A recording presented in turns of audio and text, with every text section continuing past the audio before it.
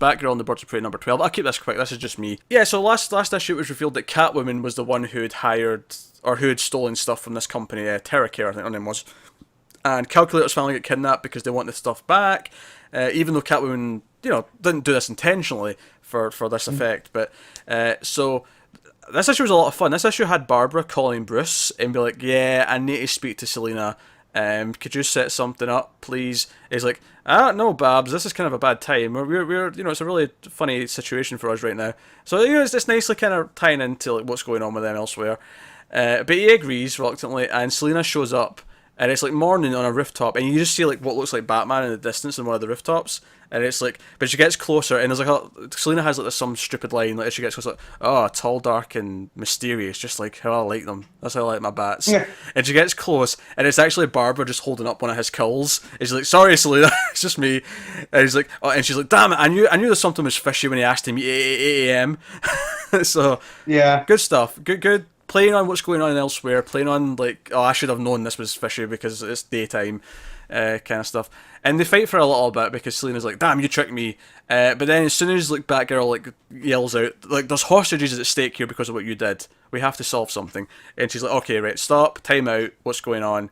And she gets filled in as to what's happened. And it turns out the diamond she stole wasn't actually the main thing. That was her payment. Basically, whoever asked her to steal something said, oh, by the way, there's also diamonds there. You could get them for your payment. And that was the thing. The main thing that was actually stolen was like a serum for something. And then it does this other thing. So last issue, it was like, oh, who's behind all this? Oh, it turns out Catwoman's involved. And then this issue does the same thing. It's like, oh, who's behind all this? Turns out Poison Ivy's involved. Poison Ivy is the one. Poison Ivy's the one who asked Catwoman to steal this stuff because it's related to. Are you trying to make Matt read this again? I think so.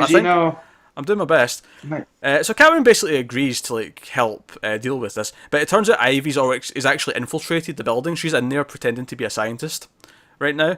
And it just so happens that at this same time, whilst they're going to get Catwoman, Huntress and Black Canary are doing the same thing.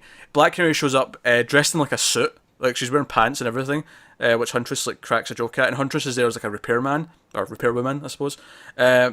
And they're undercover to like infiltrate and try and find out where things are. And Huntress is looking for Ivy, whilst Black Canary's trying to stall the head honchos from like killing Calculator's wife and son or daughter, whatever his child is. I don't know Calculator's family well enough to remember if it's a kid, a boy or a girl.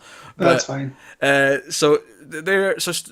Black Canary's basically bantering with the suits to try and stall things, and Huntress is basically, making her Huntress wisecracks. She eventually sees Ivy, and Ivy actually goes full Ivy and like starts attacking the scientist with her vines once she gets what she wants.